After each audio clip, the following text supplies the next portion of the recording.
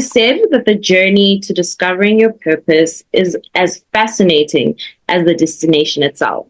Our next guest is living proof of this. From working as an undertaker to running nightclubs in Manchester, and now serving as a leadership mindset coach specializing in supporting women leaders. His story is nothing short of inspiring. I'm your host, Tandoma Zibugo, and this is In Her Words. Simon, welcome to the show, and thank you for giving us your time. My absolute pleasure. And it was fascinating to be reminded of my previous career history as an undertaker and a nightclub promoter. So thank you for that. But all those journeys have helped shape this one. Everything I've done has brought me to where I am now. It's an interesting cocktail of career choices, but all of them taught me everything I needed to know about people. Mm-hmm. And yeah, I got so much understanding of sorrow from the undertaking world, grief, empathy, sympathy. And being a nightclub promoter gave me an understanding about how people interact, how people respond, how people are in different environments. So everything you do has a purpose. And sometimes you don't realize it at the time, but when you look back, you realize actually, wow, all these adventures, all these chapters of my life have given me an understanding of where I am and where I want to go. In fact, a wise woman once said to me, she said, "You are the master of reinvention." And at first I didn't really know what she meant, but I kind of get it now. She said, "You seem to be able to take with you all the learnings, all the good and the bad, and then help define and shape the person that you are today." And she's a leadership coach, and she's someone that I have absolute admiration and respect for. So to hear her say that for me was magical, because it demonstrated that was the impacts that I can have and do have on people. And my past has been worthwhile. And I was thinking, well, I've got 2 kids of my own, and my children don't live with me. Me and the mum, we got divorced, but thankfully we have a really tight and strong relationship because it's all about the kids. Mm-hmm.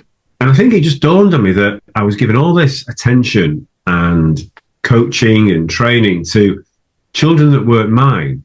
And it really woke me up to think, well, I don't live with my kids, therefore I'm distant.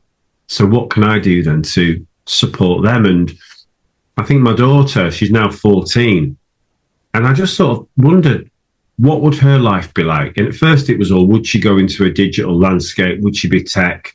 And she's very creative. I mean, you've probably seen it. You know, she can literally walk through a shopping mall with phone, one hand over here, and literally type, edit videos, literally with 2 fingers. I was like, and that's never been taught. So we just encourage that.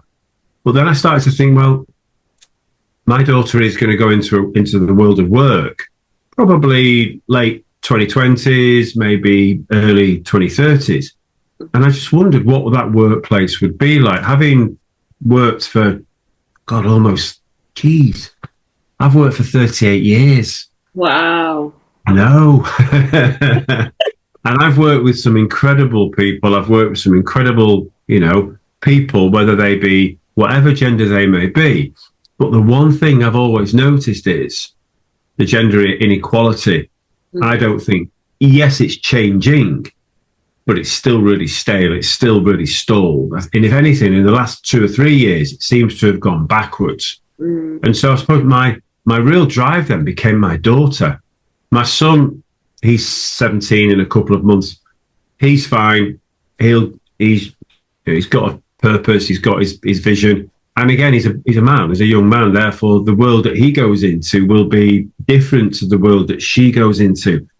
And she's up there. Where is she? Yeah, she's up there. God, she's obviously in here. And it suddenly dawned on me that I've got to do something. And she laughs and goes, "Oh, Dad, that's silly." And I was all, it's not. It's important. And that's what really got me thinking about what do I need to do to help shape a direction of change. And that's where it kind of stemmed from. And then somebody said, "Why do you always work with women? Isn't that a bit weird?" And it's usually women who ask the question. And I said, well, because women seem to are more open and comfortable in a coaching scenario than men. And I explained about my daughter, and they said, yeah, but you're a man. You've got a male perspective. You're white, you're middle-aged. And I was all, I'm not middle-aged. They went, you are middle-aged. I'm not middle-aged. But they said, what would I learn from you? He said, why would I listen to you? And I said, well, hundreds of women have. And I said, all I can give you is their stories and their evidence. I said, so obviously something is working. Mm-hmm. And this woman in particular, and she knew me, I've known her for years, and she kept pushing, said, why would I listen to you? It's almost like a position of entitlement that you think you have. And she said, I'm really uncomfortable with this. So I thanked her for her feedback. And then I went away. Like you, I took a bit of time out and I really reflected and thought, well, I almost applied my own coaching to myself. Mm-hmm. And it's typical, isn't it? When you get the time to think and you remove yourself from your day to day, I just thought, oh my God, I tell people all the answers they look for are within them. They're in front of them, or they're within them. And the answer that I didn't have had always been there. And it was because I was raised by 3 women. Mm. So mum, auntie, and and my big sister, they were my key influences from the age of 4. So my dad left when I was 4 years old, and he was never really flavour of the month. Let's just say that. So I was in an environment of women. So therefore, that's all I knew. And obviously, when you don't think about it, that's just your upbringing. Yeah. But then the more I thought about it, the more it dawned on me that I'd been completely, I suppose, influenced, and in a good way, conditioned by those 3 amazing women. And of course, it was like 12 years. No, more, 14 years of day to day. So I almost kind of thought, God, I actually live and breathe like a woman, even though obviously I'm a man. Yeah. So all of a sudden, and I went back to Alex, and I said, I've thought about what you said, and I've written a blog. And she went, why have you done that? And I went, because you made me really question my morals and question my motives. And I said, and because I respect you, I'd like you to read it, please, before I publish it. And I'd like you to give me your feedback on it. And 2 days later, she actually called me and said, I'm in tears. What are you in tears for? She said, I didn't realise. And that's what I was looking for. That was the answer I needed to feel comfortable and confident in your business proposition. And she said, it was like a light bulb had gone off. She said, everything you wrote about, and she did give me feedback. She gave me some copywriting, different skills, but she said, that's one of the most emotive things I've read. And then she felt uncomfortable for having called me out. And I was like, no, you've basically made me shine a light on myself to understand why is it that I attract women to work? Because they feel comfortable with me. Because I suppose I'm never going to understand women because I don't experience what women go through. And I don't know how you do it. Seriously, I do not know how women survive or thrive given childbirth. Amazing. So it was a real eye-opener for me. And that was probably 4 or 5 years ago, 4 years ago, when my auntie passed away. Yeah. All these emotions made me realise, and that was it. And then my daughter's influence. So, yeah, that's why I work with women leaders. That's why I feel a real, I think, a yearning to want to almost pay back the upbringing that my mum, auntie and sister gave me. It's almost like, well, if I don't do anything, it was a waste of time. So it's almost like me saying, thank you. This is my way of saying thank you now, which is to help support those women who are uncomfortable, who are stuck and lost and frozen, and sometimes controlled. So I feel if I can give them my experience of having worked with lots of women and been raised by women, but also give them that male perspective so that I can kind of share, this is how men think, being one, it seems to work. And it seems to feels natural. And I think someone said, well, what is it that your three women gave you? And I went, empathy. So they gave me the understanding of empathy. They gave me lots of resilience and confidence. But the one thing I learned from them was empathy, was always to be interested in people. And then once interested, and I never knew it at the time, my auntie said, when you ask a question, don't just listen. Listen to understand. And I was all, well, of course. She said, no. You'll listen. Your brain will be thinking, how do I respond? How do I solve this person's problem? Just listen to understand. And he said, it will open like the parting of the seas. I was all, why? She went, you'll know when it happens. So all these words of wisdom, they stick, don't they? Because when you're a child, that's the time when you are most alert, I think, to what's around you. So, yeah.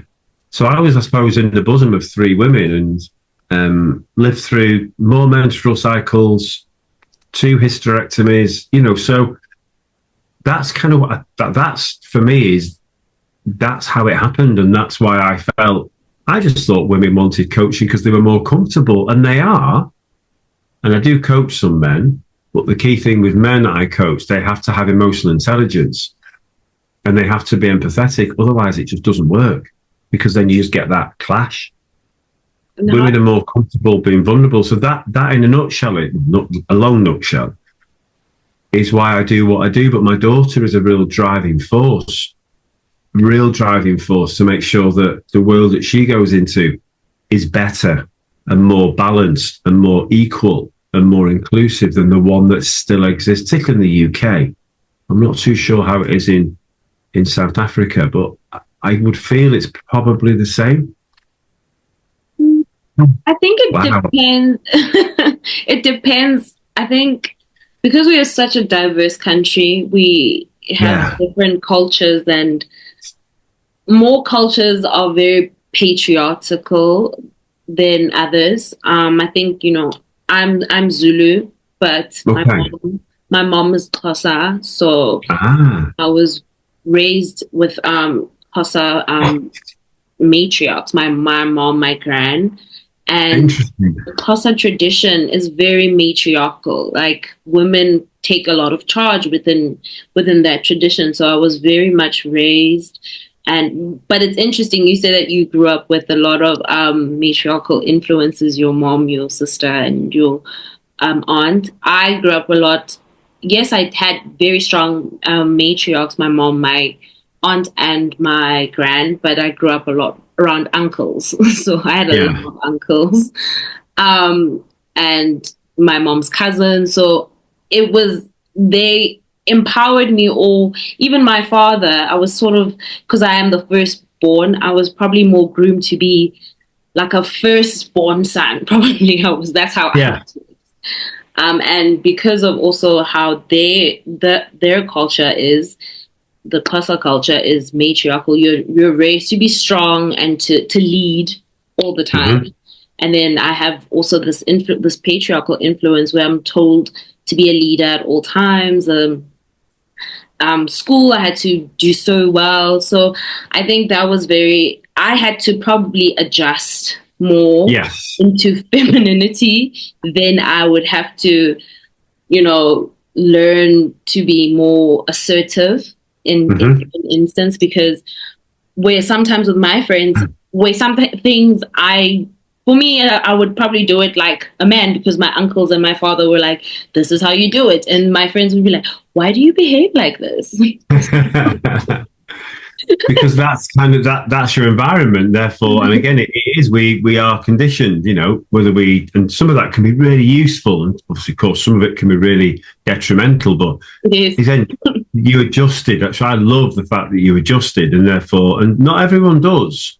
It takes a lot to adjust. I think it's taken me a lot. I think even when I entered my 30s, I was still learning to adjust. That, okay, I can't speak this way to, my female friends or my women friends, because for them it's a bit harsh. It's a bit aggressive. And then when I speak to probably my guy friends, they're like, oh, okay, cool. I understand this. This makes sense. That's okay. So Yeah. it took a lot of growing up to learn to be softer, learn to lean into be softer. You don't always have to, because then you don't come off as a woman. You don't come off as being assertive. You are just the B word. But on that, there's a lot of women, and I understand it. I don't agree with it, but I do understand it, who believe that to progress and succeed, they have to emulate male behaviors. Yeah. And you're all sisters, no. All you're doing is perpetuating male empowerment. Yeah. All up for, like climbing the ladder and being successful. But do it as you. Don't. But that's, for them, that's the script they follow. And then you see women shaming and, as you say, the B word, and you're thinking, no, surely that's no one wins in that scenario, I don't believe. And men are just going, yeah, brilliant. It's almost again, it's continued conditioning, and it just doesn't help. And then what are some of the things that you've had to, when you work with women, that are common for you, that you've seen that you have to work extra hard with your clients? Usually self-esteem issues, self-doubt, crippling self-doubt. Some people reposition that as imposter syndrome. I hear that a lot. So I ask them how they can reframe him. So, well, where's imposter syndrome come from? Well, what do you mean? Well, who created it? What do you mean? I don't know. I said, no, I mean yours. It's yours, isn't it? You. It's your voice. Therefore, and we try and work and reframe how they perceive imposter syndrome. But a lot of it is, lack of confidence. Sometimes mums returning to work, it's that lack of, or that loss of environment. So therefore, having been in a world of raising a child, which in itself is just incredible and is a full-time job and some, to then go back into the world of work, there is that almost that loss of pace and purpose. I find women lose because they are so expected to, well, that's what you do. You raise the child. Okay. But then there's that desire to get back into the workplace and then again adjust and adapt. So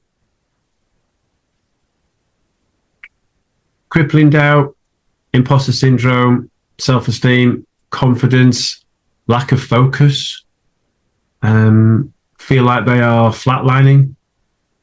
And also the other part of it is, how do they deal with male behaviors?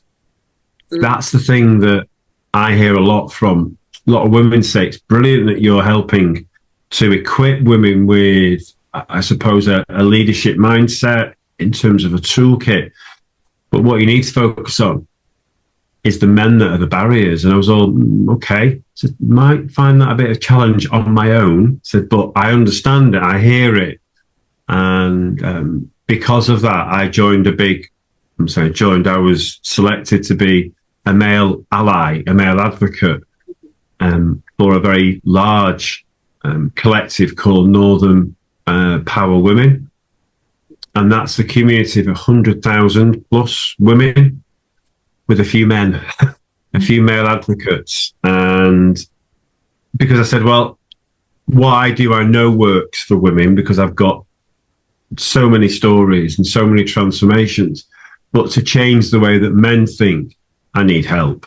I need to create a collective, a movement. So I've been with Northern Power Women now for just over 12 months. And that's been amazing to listen to other male allies and also learn off the amazing women in that community.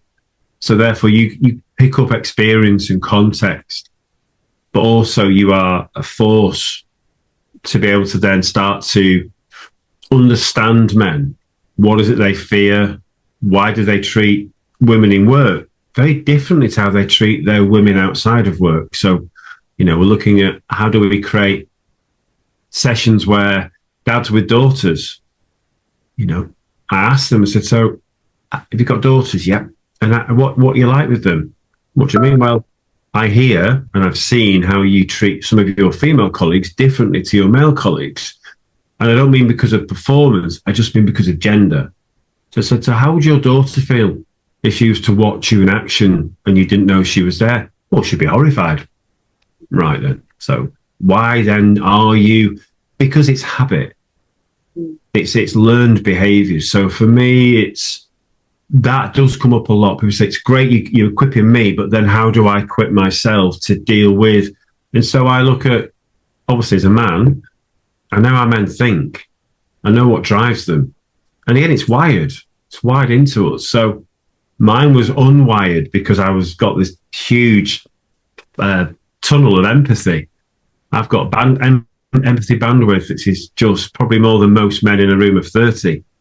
So I have to appreciate that I'm very different in terms of my male thinking, but I've worked around enough men to know what their drivers are. And again, 38 years working, you pick up enough knowledge to be able to give women leaders, let's just say, context, relevance, stories, techniques, approaches that I know can work so long as they're delivered in the right way. So it kind of becomes a bit of a hybrid offering, Hando, because you're giving them what they need to build up their mindset, but you're also almost like letting them in on why men speak, why men think and react in the way that they do, and how they can circumnavigate that so that that the men don't feel threatened, but you're kind of working on them.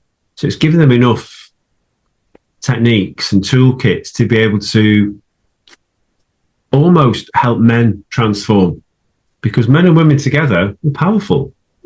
We have partnerships or genders together. It's so in the UK, it is. I mean, the number of women on senior boards is low. It's so low.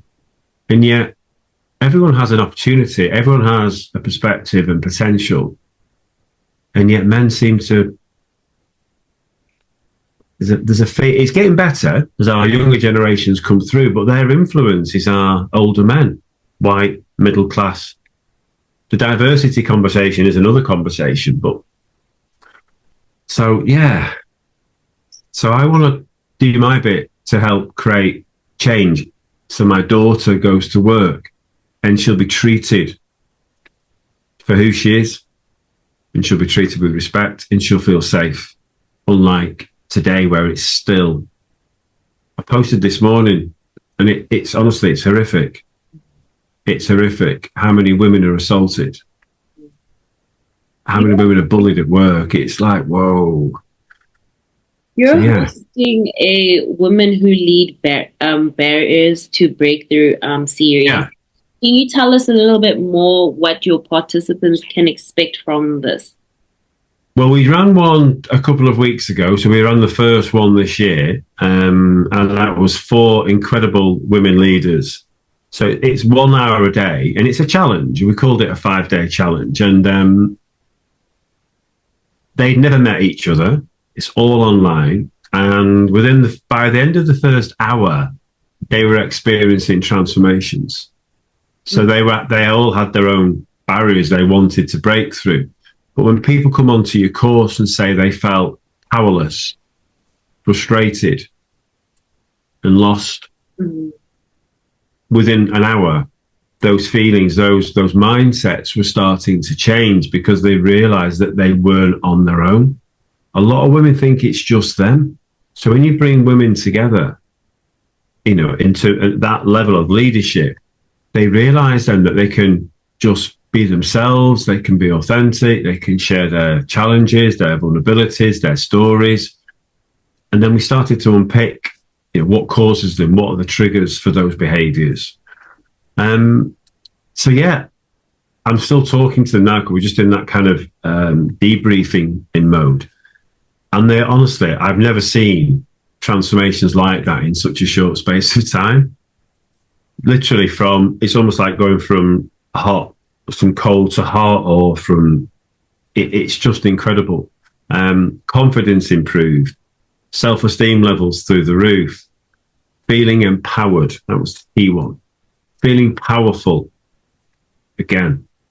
So just by creating the space for them and creating the opportunity, and also giving them some live coaching in the session, drawing out what was holding them back, their barriers. Just amazing that. So they've had, from what they're telling me, they've had the most wonderful time. Not wonderful in terms of they've enjoyed it, but what they've got is shift. They've got mindset shift, and now they want to shift even more. So it just shows what can be achieved in 5 hours. Plentiful. And yeah, they're all in, one runs as MDs, as financial directors, as heads of departments. And yeah, just realizing that their voice was important, how they can shift their perspective, how what other people think is important, but it doesn't define who they are. So just, I think giving them a sense of purpose again is probably the key takeaway, and that sense of worth. Yeah, and having a real understanding about why they felt the way they did, and then how that can spiral, how those thoughts can really take hold. So even just working with affirmations with them for 25 minutes, honestly, there's one woman who said, "Oh, can I BS this? It's BS." So, okay, well, it's worked for me. It's worked for hundreds of women. It's worked for millions of people around the world. So let's apply it. So we did it, and we gave them the sort of the very simple technique, and I gave them the theory behind it and where it come from, the heritage of Dr. Emile Coué in the early 1920s. And they were all, two of them are all, mate. One was, she said, "I'm always cynical," and I was all, and lo and behold, what do we get? Cynicism. So I said, "You're doing it anyway. You're doing the affirmations. You're just not making them useful." So, because the pattern is, "I am always," and then you create the value or the behavior you want. And that really knocked her. And she came back the next day, and I said, "So, I'm always," and she went, "I can't believe it. I really knocked me for six. I realized that I was creating my own version of myself, and it wasn't the best version."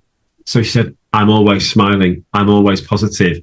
I'm always looking forward. I'm always open-minded." And she literally shifted just like that, because she actually applied the technique that night as we prescribed. And the next day, it was like a different person. It was magical. That was a transformation. And now she is, she's the person that she always knew she could be, but she'd just gone down a path that wasn't good for her. So, and that was just with a simple self-talk technique. And it's a light version, but it had such a positive impact. So yeah, things like that. I mean, that's just in a short space of time. Create the right space, build trust. That's the key part. And then allow people to be themselves, share where they are, and listen. And then give them the tools that they need.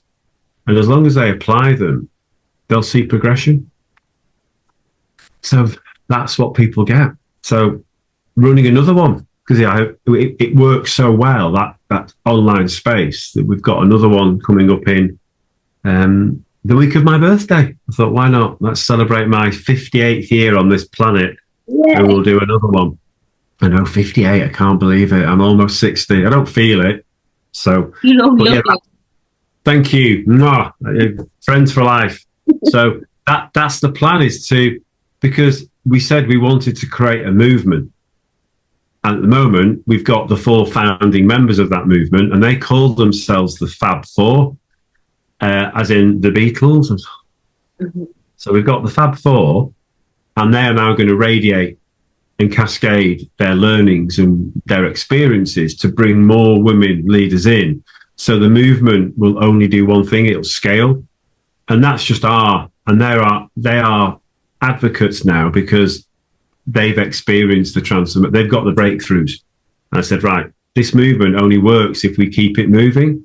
So as the founding members, you now have to go out and almost like, spread the word, share the love. Or as Lisa said, create the sunshine. And this was the cynic. I went, create the sunshine, because then other people the more women we can support and understand and help, surely that's going to be. And the interesting thing was they all had daughters. They all had daughters, and that was their kind of, that was also a drive for them, was to make sure their daughters didn't experience what they've gone through. And interestingly, they talked about bosses. We talked about the perfect leader and then the imperfect leader. And one woman, it dawned on her that her current behaviors around leadership stemmed from her first job, because her leader at the time was a bully and was a narcissist. What life lessons have you learned along your way after passing through such a different journey? And what would you like to pass on to others? That everything that you do for a reason. And sometimes it might take someone else's perspective to make you appreciate that. That's the thing. Because for me, it was always about, this feels right. Okay, so let's do it. And some people might say that's impulsive.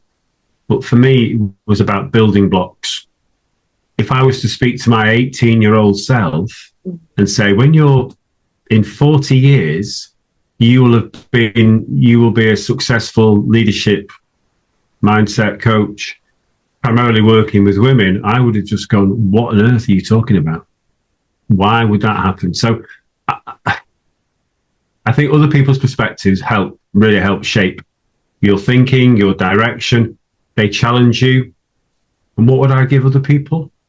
That embrace opportunities.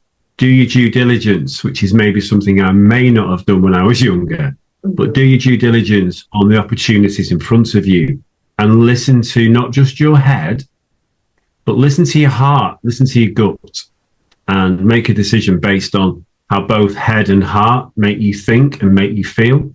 That would be my advice. We have all the tools that we need within us, and sometimes I don't believe that we access them as readily as we can do. So yeah, listen to yourself. You'd be amazed at what answers you'll hear. Speaking of tools and resources, you also have a series of ebooks, which includes titles as Positive Mind, Resilience Building, and Emotional Mapping. Which one of your ebooks would you recommend your listeners start with? Ooh, that's a really good question. It wouldn't be the emotional mapping, because I think it's an intense piece of work. Mm-hmm. And I say that from having written it and researched it. It's so I think I'd probably say the resilience mindset is a really useful starting point. I think the more people understand about their own resilience, and not just what resilience means to them, but how they can access and how they can build, I suppose, more resilient frameworks, that would be my starting point. And then going into the positive mindset toolkit. And once you've mastered those two, because both of them give an understanding and also techniques and strategies that I've used, I know that work, and that countless other clients have commented on, that they've helped them, and then go into the emotional map, because that is a lot more. There's a lot more needed from the person to understand that and really follow that process. And yeah, that's my order: resilience, positive mindset, and emotional mapping. Oh, wow. I thought you would start with unpacking your emotions first, but you're right. I think it is a heavy thing if you're not ready to go into it first. Yeah. It's almost like a journey, isn't it? And it's about, and I suppose that's from my perspective, but that's how I've always delivered them to clients. And it feels right, and people have appreciated the order in which they've been delivered. And again, it's about guiding people as well, and that sort of that virtual hand holding to make sure that they understand each step of that journey.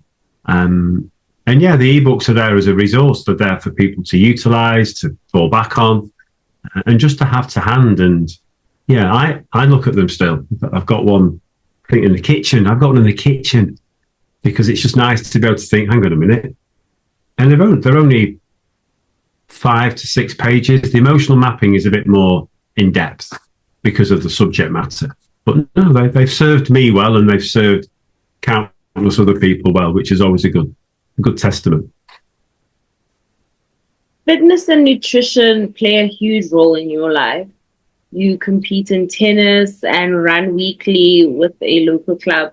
How do you balance self-care with the demands of running a business and supporting others? Ooh, great question. The running and the tennis is part of my self-care program. I find tennis is more, it's togetherness, it's working with other people or playing with other people. So for me, tennis is more of a social exercise where I can just be me. Mm-hmm. I can play well. Last night I played okay. In fact, I had one game where they went, "Oh my God, where's that been?" I was all, no idea. It just, everything went beautifully. And then the next game, it kind of all collapsed on itself. But tennis allows me to be sociable and enables me a place where it's safe. The running is, whilst I run for a club, I run individually. And that's where running is my way of filtering out the day or filtering out the thoughts from the day before, depending on what time I run. So I see running as a way of shifting perspectives, filtering thoughts, solving problems, and also whilst giving my body the recharge that it needs. So therefore, they become an integral part of my working day. So that my work-life blend is really important and something I teach people. So I punctuate my day start and at the end. So therefore, almost like top and tail with exercise. And then the middle part of the day is where I feel that I've reset and reframed so I can deliver what's required. I also take a lot of interest in what I eat. And in the last 2 years, I've become my partner calls me a food nerd, a calorie nerd, because I do manage what I eat basically daily. So therefore, I am very conscious of what goes into my body will have a huge impact, and that can be a good impact or it can be a really useless impact depending on what I eat. So I track my food. So I log food. I use various fitness apps and food apps to enable me to do that. And I've been doing it for 2 years and I've never felt better. I've never felt better. I know now my own body. I've understood it, and I can literally control the flow of calories on a daily basis. So if I want to have a treat, I can have a treat because I'm in control. That's the key for me. It's about being in control of the key part. My body is people say it's your temple. Well, it's my framework. And if there's no systems around that framework, it'll collapse like it has done in the past. So yeah, being a calorie nerd, I love, because it enables me to stay in control and also to do the things I want to do, which is run faster, run longer, play tennis more often, and be healthy, be a great role model, not just to my children, but to myself and my clients. So as I've got wiser, I've become fitter. And I'm so thankful for that. I recommend everybody investigates the power of counting calories, but do it properly and do it with the right support systems, because it's made such a difference to my world. I look better. That's the most important. People say, you look great. For me, it's about feeling great. So yeah, I love my life. It's humble, yet fulfilling, and it's surrounded with the right people and loved ones. And I count clients as part of my network, obviously. So yeah, I like to work with like-minded people, or at least guide people who may be off the path a little bit, to just showcase how it's helped me and what impact that's had then on the rest of my life. Looking ahead, what's next for you and Big Nose?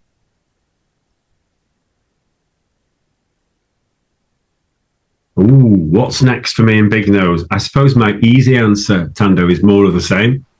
More of the same in terms of how I operate and why I operate. But what I want to do is to be able to reach more people, more women leaders. So we started a movement in March, and those 4 women have become, say, the founding members of that movement.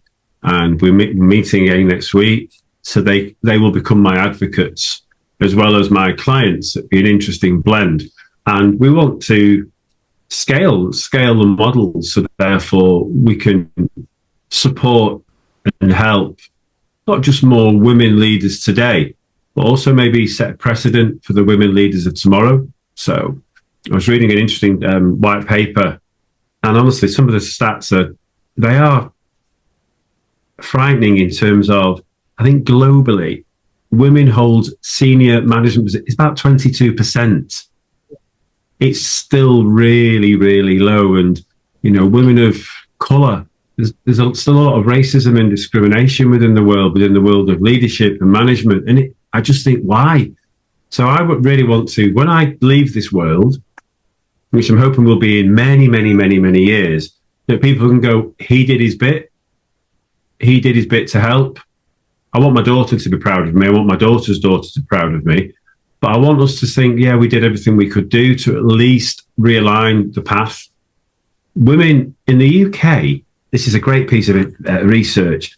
They interviewed 400 women across the UK entrepreneurs, and they established that if those women had the same opportunities as men in terms of funding and support networks and investment, the UK alone could be worth to the UK alone £250 billion in value. So it's lopsided. So women have got exactly the same potential as men. So we need to readdress that balance. That's what I want to be part of, is how do we readdress that? How does that happen? So when I die, I can look, yeah, it's changing. And it is changing, but it's changing at a quicker rate. So that's the legacy I want to leave, is impact and action, not just advocacy. Impact and action will get change. And finally, Simon, where can our listeners connect with you, and what's your one message you'd like to leave with us today? Best place to connect with me is LinkedIn. Or Instagram. That's where I'm most consistent and visible. And the one message I'd like to leave up. I'll put in all the links. In terms of, okay, thank you. Sorry. In terms of one message, believe in yourself. Be true to who you are, and be proud of making a positive impact in the world. And when you do make a positive impact, make it long and lasting, and be proud of what you've done, and be proud of the impact you can make for people. Put a stake in the ground and shout up for those people who maybe don't have that opportunity. Leave a legacy and create gender equality. And create it quick, please. Thank you so much for joining us today, Simon, and thank you for your time. It was really an insightful. Well, thank you. With you. It's been most enjoyable, and good luck with everything that you do as well, Tando. It's been an absolute pleasure getting to know you, and thank you for the opportunity to share my thoughts and my past, but most importantly, my future. Thank you so much. My pleasure.